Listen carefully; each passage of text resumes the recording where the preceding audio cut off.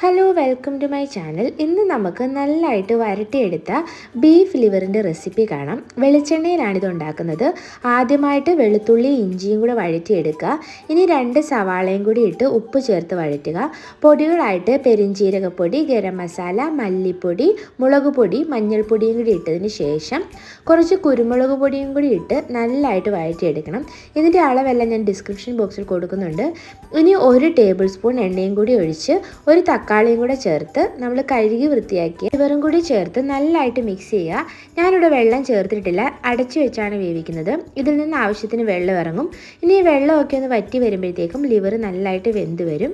ഇനി കുറച്ച് നല്ല ഫ്രഷ് കറിവേപ്പിലയും 2 പച്ചമുളകും കൂടി അവസാനമായിട്ടൊന്ന് ഇട്ട് കൊടുത്ത് നല്ലതായിട്ട് മിക്സ് ചെയ്തെടുക്കാവുന്നതാണ്.